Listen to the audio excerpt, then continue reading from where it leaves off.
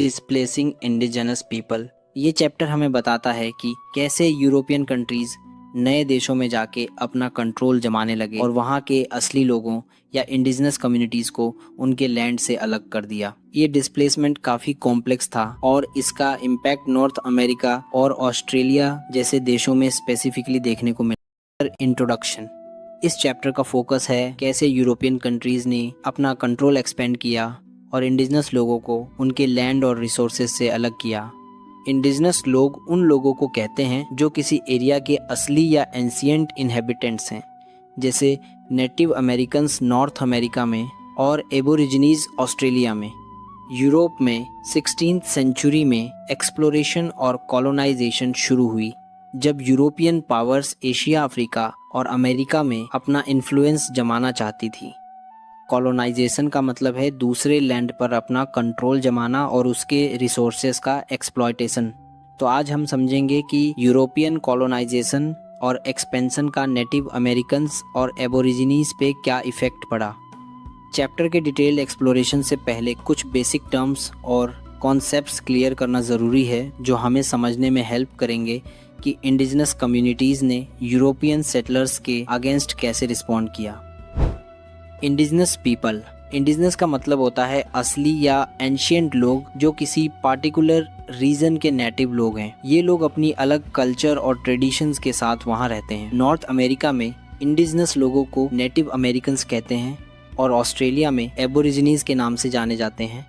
उनका culture land और nature के साथ डीपली कनेक्टेड है। कॉलोनाइजेशन।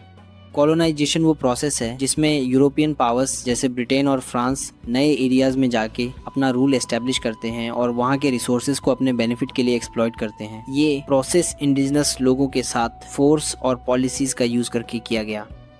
डिस्प्लेसमेंट। डिस्प्लेसमेंट का मतलब है इंडिजिनस लोगों को उनके असली एरियाज या लैंड से फोर्सफुली रिमूव करना, जिससे उनका कल्चरल और इकोनॉमिक सर्वाइवल खतरे में आ गया। इंडिजिनस लोगों को जब उनके ही लैंड से अलग किया गया तो उनका कल्चरल कनेक्शन और हेरिटेज भी डैमेज हुआ। चलो अब इस चैप्टर को अच्छे तरीके से समझते हैं। The European imperialism and indigenous societies. 16th century के दौरान यूरोपियन कंट्रीज में इम्पीरियलिज्म का राइज हुआ। इम्पीरियलिज्म एक ऐसा प्रोसेस है जिसमें पावरफुल यूरोपियन कंट्रीज जैसे ब्रिटेन, स्पेन और फ्रांस नए एरियाज और कॉन्टिनेंट्स को एक्सप्लोर करते हैं और उन्हें अपने एम्पायर का हिस्सा बनाते हैं। इस एक्सपेंशन का मेन पर्पस था इकोनॉमिक गेन और रिसोर्सेज का कंट्रोल पाना। यूरोपियन पावर्स, खासकर ब्रिटेन और फ्रांस का मेन फोकस था नई ज़मीन और नेचुरल रिसोर्सेज पर अपना कब्जा जमाना और इंडिजिनस लोगों को उनके लैंड से अलग करना। यूरोपियन इम्पीरियलिज्म का इंडिजिनस कम्युनिटीज़ पे डीप इम्पैक्ट पड़ा, क्योंकि ये लोग अपने ट्रेडिशनल वे ऑफ लाइफ और रिसोर्सेस लूज़ करने लगे। उनका इकोनॉमिक और सोशल स्ट्रक्चर भी वीक होने लगा। इसके बाद यूरोपियन सेटलर्स नॉर्थ अमेरिका में एंटर शुरू होते हैं। यूरोपियन सेटलर्स इन नॉर्थ अमेरिका। नॉर्थ अमेरिका में यूरोपियन सेटलर्स मेनली ब्रिटेन और फ्रांस से 17th सेंचुरी में आए। इनका पर्पस यहाँ एग्रीकल्चर और मिनरल रिसोर्सेज को कंट्रोल में लेना था और अपने लोगों के लिए नए एरियाज सेटल करना था।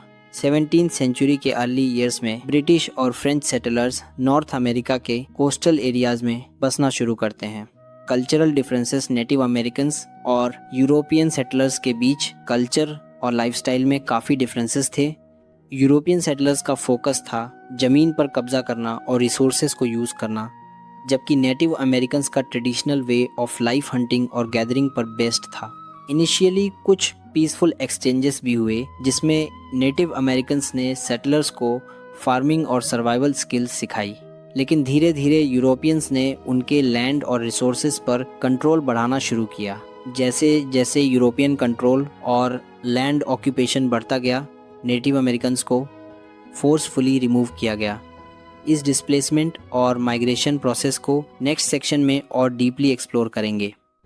The process of displacement and migration. Displacement और फोर्स्ड माइग्रेशन एक ऐसा पेनफुल प्रोसेस था जिसमें यूरोपियन गवर्नमेंट्स ने पॉलिसीज़ और फोर्स का यूज़ करके नेटिव अमेरिकन्स को उनके लैंड से अलग किया। ये प्रोसेस 17th सेंचुरी से शुरू होता है और इसमें नेटिव अमेरिकन्स के कई ट्राइब्स को अपनी एंसेस्ट्रल ज़मीन से दूर होना पड़ता है।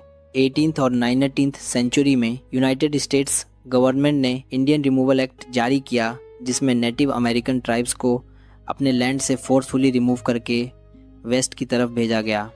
ये पॉलिसी नेटिव अमेरिकन्स के लिए बहुत ही पेनफुल थी। ट्रेल ऑफ टीयर्स, इस एक्ट के बाद नेटिव अमेरिकन्स को फोर्सफुली माइग्रेट करना पड़ा